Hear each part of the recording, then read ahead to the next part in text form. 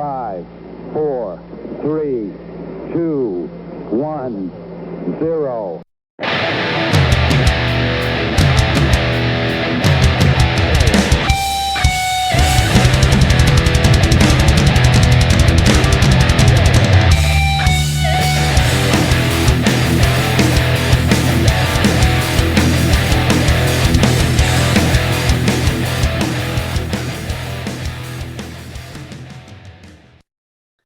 And with that, welcome to your Media Mouse podcast. I'm your host, Shane Beauregard, coming at you with all your news, reviews, and previews on what to watch on your streaming services, your television, and if you have one, your local theater.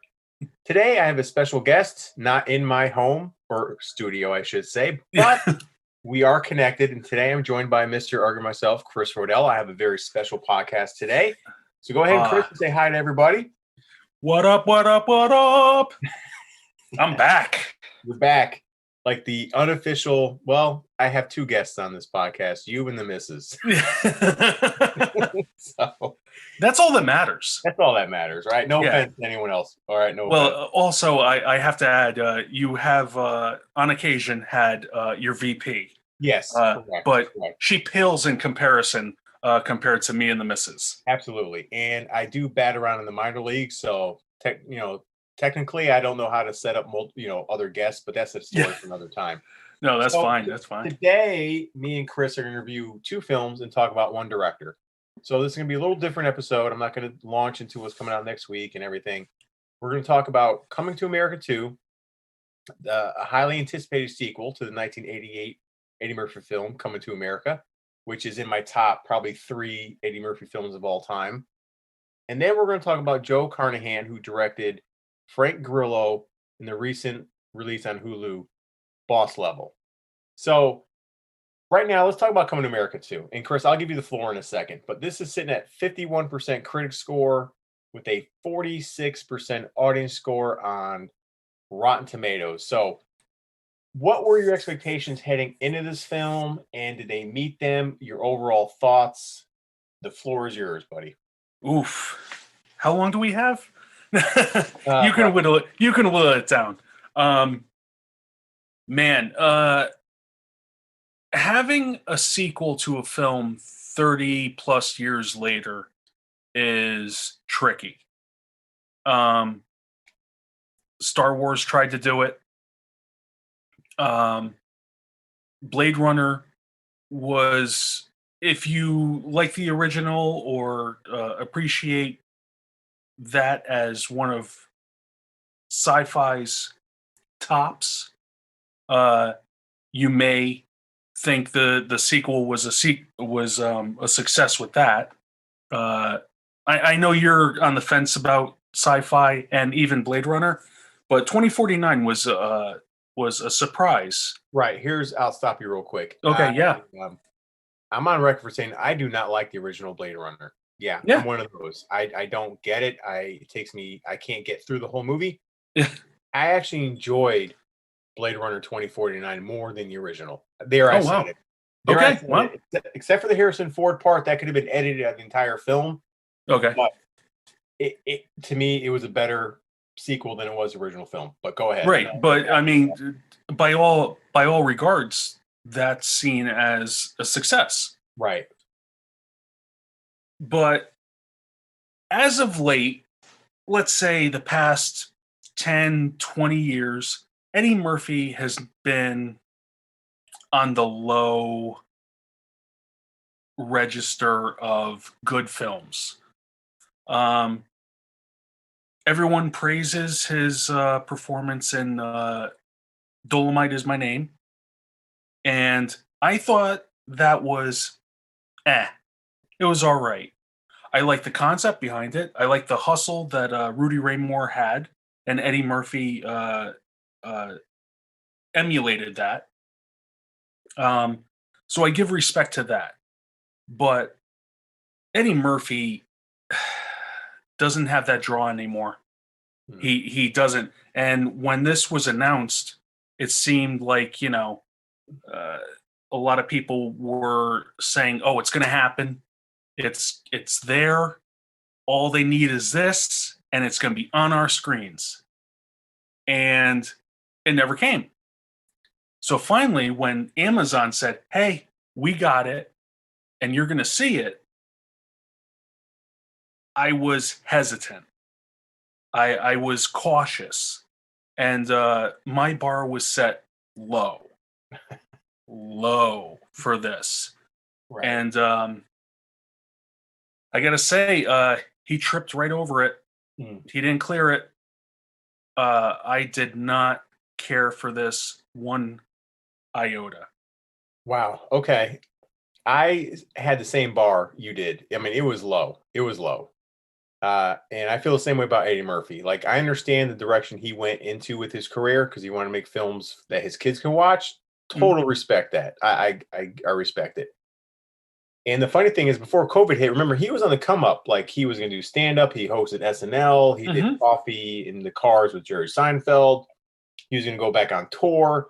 And then COVID happened and, like, nothing materialized, right? Yep. Except for this movie. So I'll go into it. Like, this movie is directed by Craig Brewer, who has a pretty good track record. Like you said, he directed Dolomite Is My Name. Before that, he directed Black Snake Moan with Samuel L. Jackson, which was a good movie. And he directed Hustle and Flow. So he has a pretty good track record. And the new actors to this cast is Tracy Morgan, Leslie Jones, who I normally don't like, but I didn't mind her in this movie. Jermaine Fowler, who plays his son, and Kiki Lane, who is in If Bill Street Can Talk, and more recently, Old Guard. So I will say I was entertained, okay? Maybe it hit the nostalgia buttons for me because they had like just about everyone from the original movie in this movie, including like the servants and just everybody. So I enjoyed that. Story-wise, I was entertained. It wasn't the greatest, and it's not nearly as funny as the first one. It barely has any. In fact, it doesn't have any laugh out loud moments in this film. But there was some scenes that made me chuckle, like the barbershop scene still made me chuckle. Like, I still enjoyed Arsenio and Eddie getting in some of their characters, especially, again, the barbershop characters. Yeah, I will say that. They had that. Yeah, those scenes made me laugh. Story-wise, again, you know, he has 3 daughters. He's ruler of Zamunda, and his father, James Earl Jones, who was 90, by the way. I didn't realize he was that fucking old. I knew he was old, but I didn't realize he was 90. And don't worry, folks, he has like a scene in his bed and a scene in a coffin, so they don't make him move around too much. Yeah. So he finally passes. Eddie Murphy's now the king, but he doesn't have a true heir to the throne. He finds out he has a bastard son, in which they do that scene where they flash back to the original movie where they're in the club. Yeah. I thought they did that actually really well. Like CGI wise and all that stuff. It looked good to me. Like, it didn't look off-putting at all. So he goes back to Queens briefly to gather his son to bring back to Zamunda and train him in the way to be a prince and hopefully be a king. So he has to pass all these trials and stuff. And his oldest daughter is put off by this because she's been training her whole life to be the next ruler, but it's not in Zamunda laws. So I thought that was a decent storyline for the sequel. 20-something years after the fact, because you got the whole female male thing and all that kind of stuff. But I'm with you. It was entertaining. I'm glad I saw it. I like Tracy Morgan. I know I'm kind of stumbling all over the place here, but it was enjoyable for me. I won't watch it again. I'm glad I didn't see it in the theater. Oh man, I would have been irate. Eddie Murphy, to me, I'll still watch pretty much anything he's in because I think he has it in him to pull it out of himself. Yeah. A good performance, and I still think he has it in him. So I enjoyed the story for the most part. It had a couple chuckles. Now, when I was thinking about this movie, and you mentioned Blade Runner, but I was more apt to thinking of Dumb and Dumber 2 and Zoolander 2. Both classic comedies that waited over 10 years to make a sequel. And I was afraid it was going to go in both those camps because Dumb and Dumber 2 is fucking terrible. I never even saw it. I heard so many bad things. I was like, no, I can't put myself through that. It is a terrible sequel. And Zoolander as well. Like, I love the original Zoolander. It's in my top 5 comedies of all time. Yep. And the second one was a goddamn dumpster fire. It was so bad. So this is what I compared Coming to America to. And I will say Coming to America 2, to me, is more watchable than Dumb and Dumber 2 and Zoolander 2. I may be in a camp by myself. Oof. And I actually did like Jermaine Fowler, who I've never seen in anything, as his son.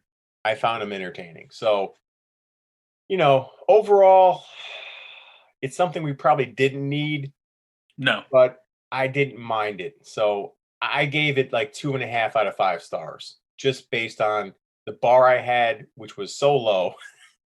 It kind of exceeded it. So if the bar was at my feet, it got to my knees. So jeez. I gave it 2.5 out of 5. So, I would give it a 2. Like teetering on a 1.5, 2. Right. Only because. Oh, I'm sorry. Go ahead. No, go ahead. Before I forget, my favorite character in this entire movie, honestly, and he's a new addition, was Wesley Snipes' character. Yeah, he seemed like he was having a lot of fun with this. Correct. He plays a general from a boarding town who, if you remember the original, his sister was the one that was supposed to marry Eddie Murphy. Yeah, the barking dog. Yeah. That was his sister. So he put pressure on Eddie Murphy to either marry his daughter to his son or his newfound son to one of his daughters. So yeah, his character, I love this character. I thought he was the best part of the movie. He was fucking hysterical. And like you said, he enjoyed it. It seemed like he was kind of hamming it up. Yeah. I was all for it. So thumbs up for me for Wesley Snipes and Coming to America too. Like, honestly, I want to see Eddie Murphy in a successful movie. And because as you know, we grew up idolizing this guy. We would, quote his stand-ups. We loved his movies. I mean, I even like Metro. Right. And he was the first stand-up I ever saw. Like, his stand-up special, Delirious, was the first stand-up I saw as a kid. Yeah. And I probably should have been watching it at the age exactly. I was. But he was in the pocket, let's say. He could do no wrong from like 84 to 88. Right? I was going to say, 88, 89. Right. He did no wrong. Right. So, yeah. So anyway, that's our wrap up on Coming to America 2. Proceed with caution on that one. Okay. If you want to take a stroll down memory lane, it does hit all the nostalgia buttons from the first one.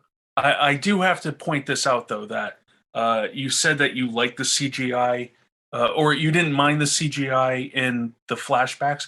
I thought, first of all, there was too many flashbacks.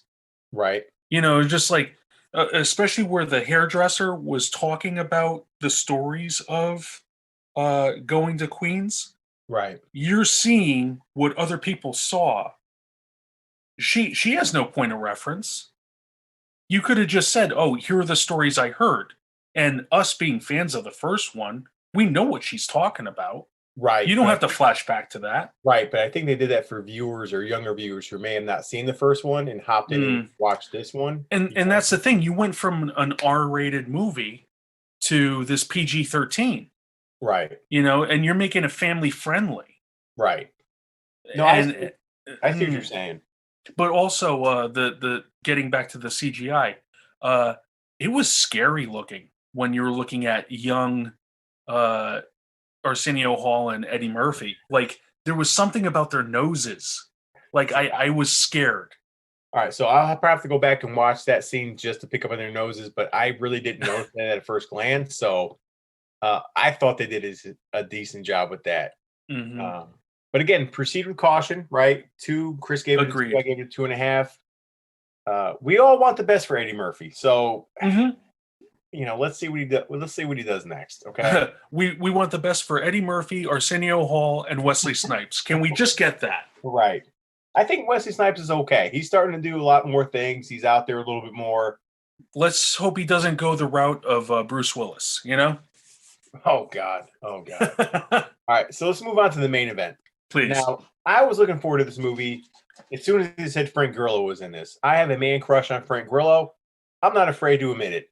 I love the guy. I watch him in anything. The first movie I noticed him in was the movie Warrior with my other man crush, Tom Hardy.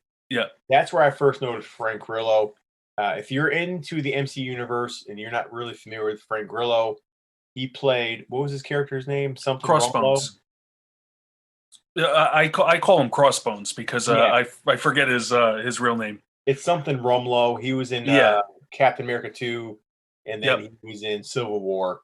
And there's something about him that just, he's like the B-movie king right now. I just gravitate to everything this guy's in. And it wasn't until I started watching this film, it was directed by Joe Carnahan, who I also like his film. So before we get into this movie, we're going to kind of talk about Joe Carnahan and his filmography and what movies he likes, because he doesn't have a large filmography. He's written some other movies, and I'll get into that in a second. Yeah. He's written a lot of short films, a lot of videos, but he has I think a pretty good base of movies to start from. So before I let Chris launch into this, some of his screenplays are hit and miss. He wrote the screenplay for Pride and Glory with Colin Farrell and Ed Norton, which I really liked. He did Bad Boys for Life, which I liked. But he also did Death Wish, the remake. Bruce Willis. Yes, he did the screenplay for that, which was a fucking bomb. But as a director, he has very few, if any, misses, to be honest with you. So, Chris, why don't you launch into your filmography of Joe Carnahan? I first took notice of his movie Narc, a great subdued film, talking about dirty cops and this neighborhood that they work in. I thought it was really well done, and I was excited about what his next stuff was going to be. Turns out it was Smoking Aces. And I am surprised that a lot of people aren't aware of Smoking Aces. Usually you say it and they're like, wait, who's in that? Everyone's in it. How did you not see this? But he also did The A-Team, which is just fun throughout.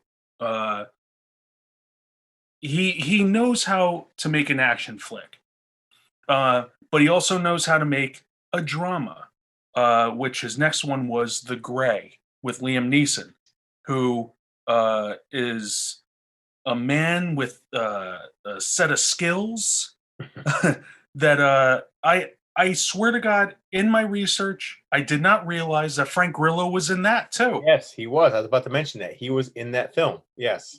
Right? So, Joe likes to work with people over and over again. If he likes what you do, he'll take you along for the ride. And then his next movie, not the next movie I'm going to mention, he's done other stuff, but the next movie was actually suggested by you to see, and that's Stretch with Patrick Wilson, which I forgot that you told me that. And I was like, oh, Shane, you got to check out this movie called Stretch. And it's like, dumbass, I told you that. But then that brings us to today. He does Boss Level, which again, I only heard mutterings about that. Oh, he's working on this movie called Boss Level. That's it. That's all I heard of until you started raving about it on your last podcast, saying that, oh, I'm excited. It's coming out this weekend. I'm going to watch it. And I was like, I'll have to check that out. Didn't think anything of it. I pop on Hulu, and first thing that comes up on the screen is called Boss Level. And I was like, that's what Shane was talking about. Boom, let me try it. And I was not disappointed. Correct. But that is for moments later. You tell me what you think of his filmography. Okay, first of all, I love the film Narc with Jason Patrick, right? And I think it was Jennifer Ray Jason Liotta. Leigh, right? Jennifer Jason Leigh was in that film as well. No, that was Rush. Okay. Oh boy. Okay. Yes, Well, it my was bad. Ray Liotta. Okay. Ray Liotta. Okay. Yep. So I love Narc. I love Smoking Aces. Yep. But it wasn't until the A Team when I went back and looked at on IMDb and figured out he did Narc and Smoking Aces. So I wasn't aware of him till A Team. Okay. And the A Team was very entertaining. I love the A Team.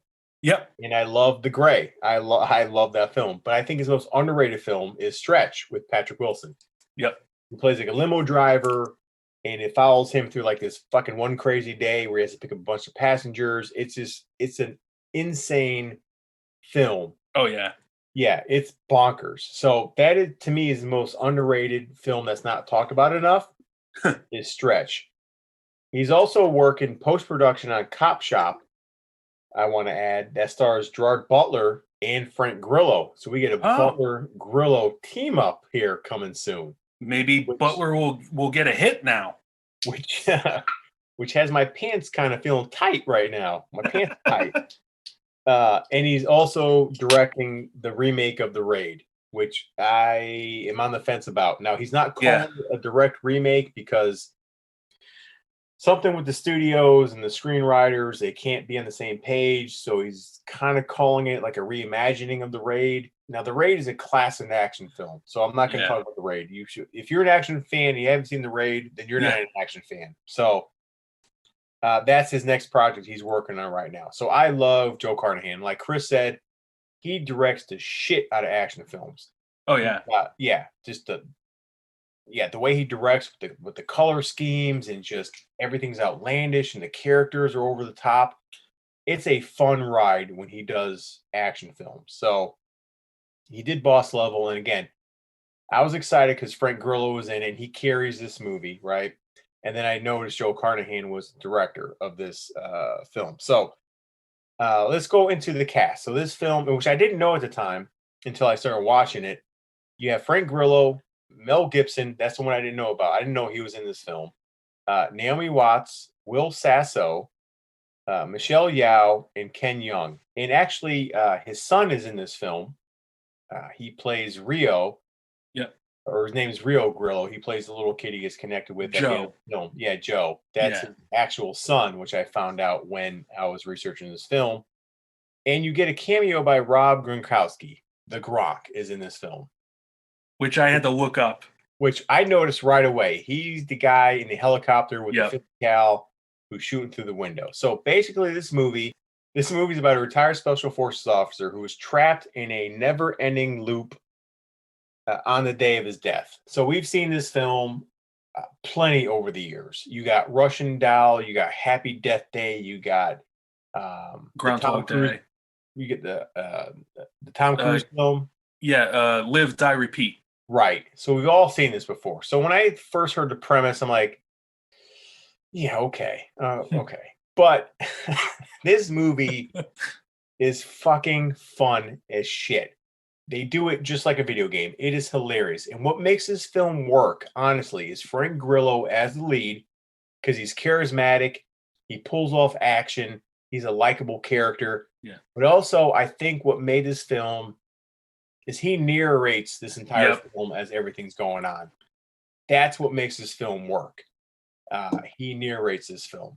So I had a great time with this goddamn movie. Now, the more I thought about it, don't think about the plot, because if you think about Naomi Watts' character, because she plays his ex-wife, who's a scientist who's working for Mel Gibson, who's in charge of this whatever company. And I forget it, but they're trying to work on some kind of spindle machine that kind of manipulates time. Now that part gets a little wonky, but the ride to get from point A to that point was just flat out fun. So before I get into more details, what did you like about this movie? What are your thoughts on this movie overall? I loved it. I really did. I don't know if you're going to do it, but I have his top 5.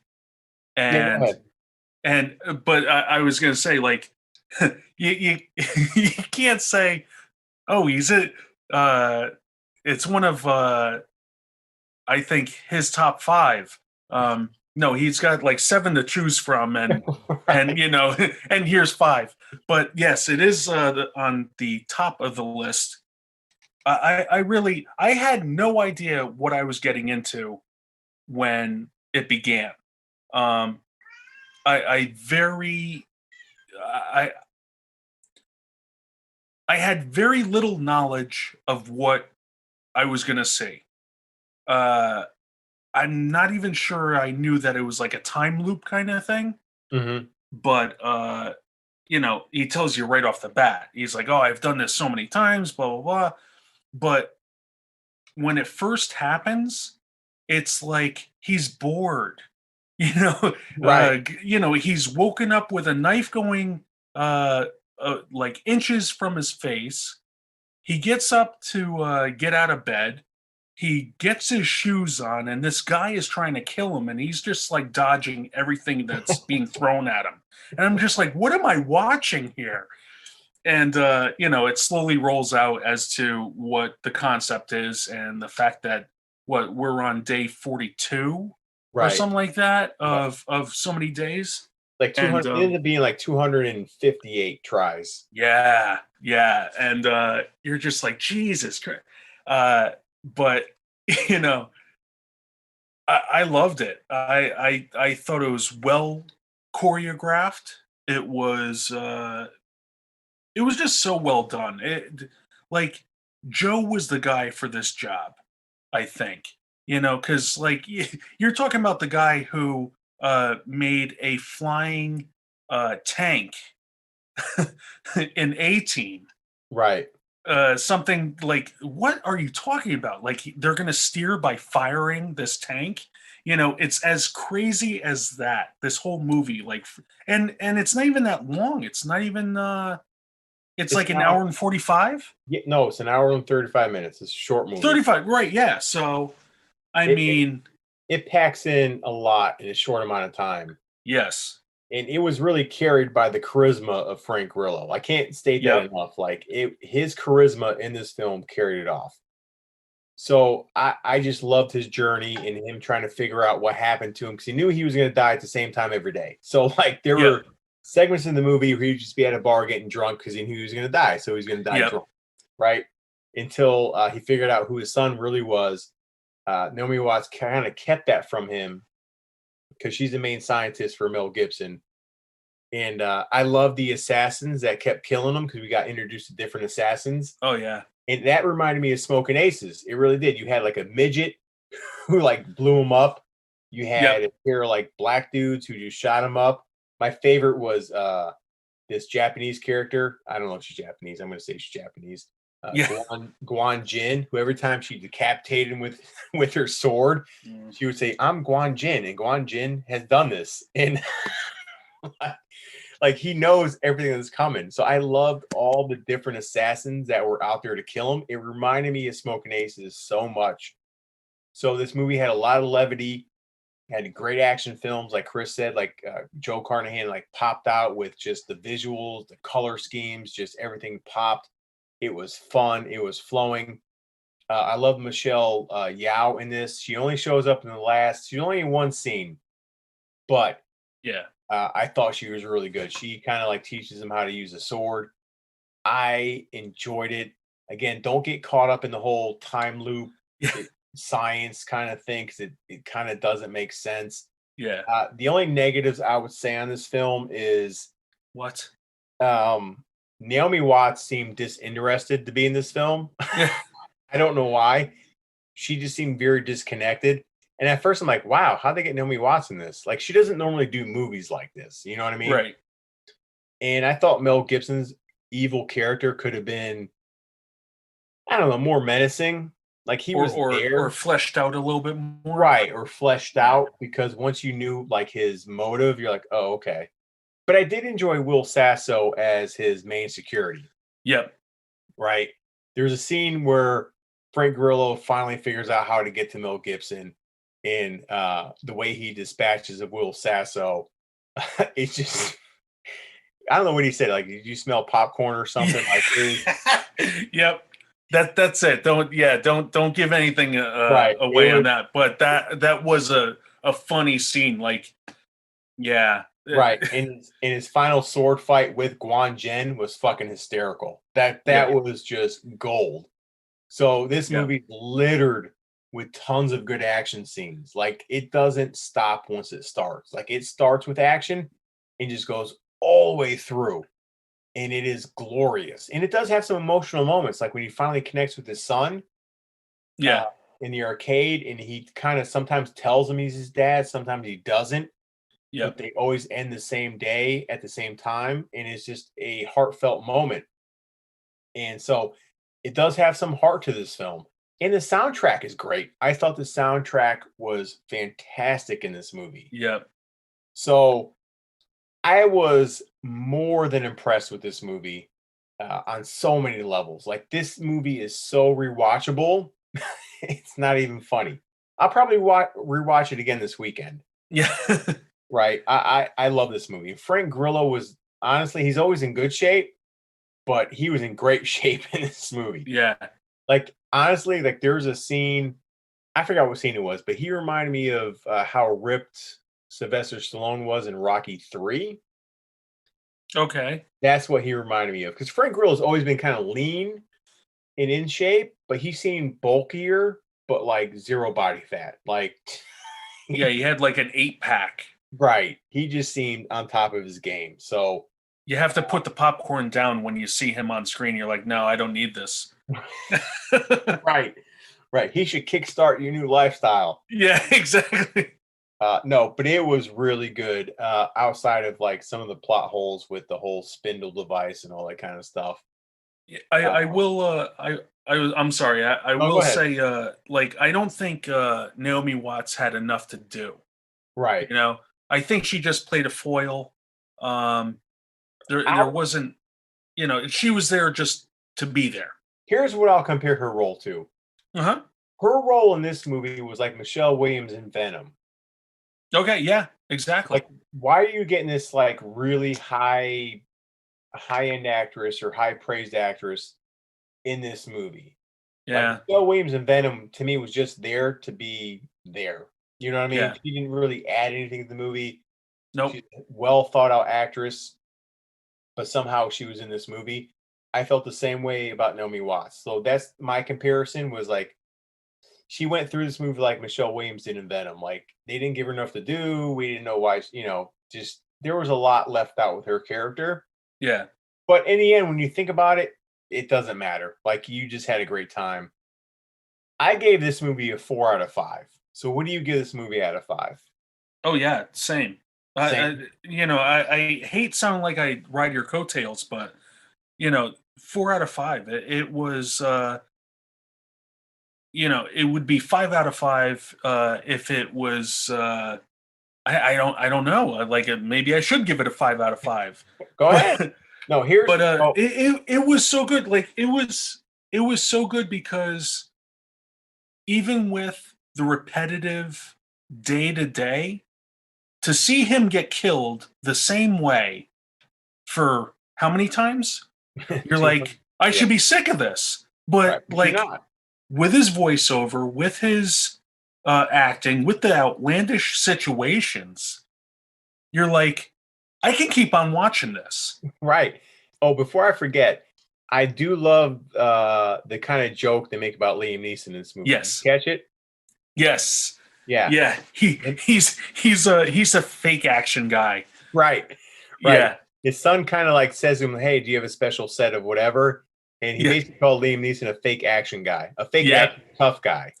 Yeah. Yes. Which I heard was an inside joke when they all did The Gray. Yep. So if you catch it, that was gold as well. I love that little nod to Liam Neeson. Fantastic. I gave it a 4. Chris is about to give it a 5. Yeah. I'll say 4. I'll say 4.5. There you go. There, I'll split the difference. Right. It's one of the best films I've seen this year. At least one of the most entertaining films I've seen this year. Yeah. So I cannot wait for more collaborations between Joe Carnahan and Frank Grillo. Now I have my hopes up high for the Gerard Butler Frank Grillo combination. Yeah. So let's just fucking go. So That's it, folks. That's all we have. I hope you enjoyed it. Go check out fucking Boss Level. Proceed with caution with Coming to America 2. Yeah. If you're not familiar with Joe Carnahan, go check out his catalog because you'll not be disappointed because he puts out at the minimum entertaining films, like good to very entertaining films. Yeah. I can't pick a bad film out in his filmography. I really can't. So, Chris, why don't you tell the people where they can find you at?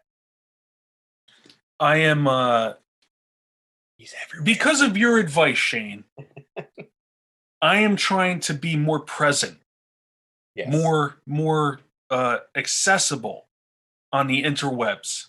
I can be found at Facebook at Arguing with Myself.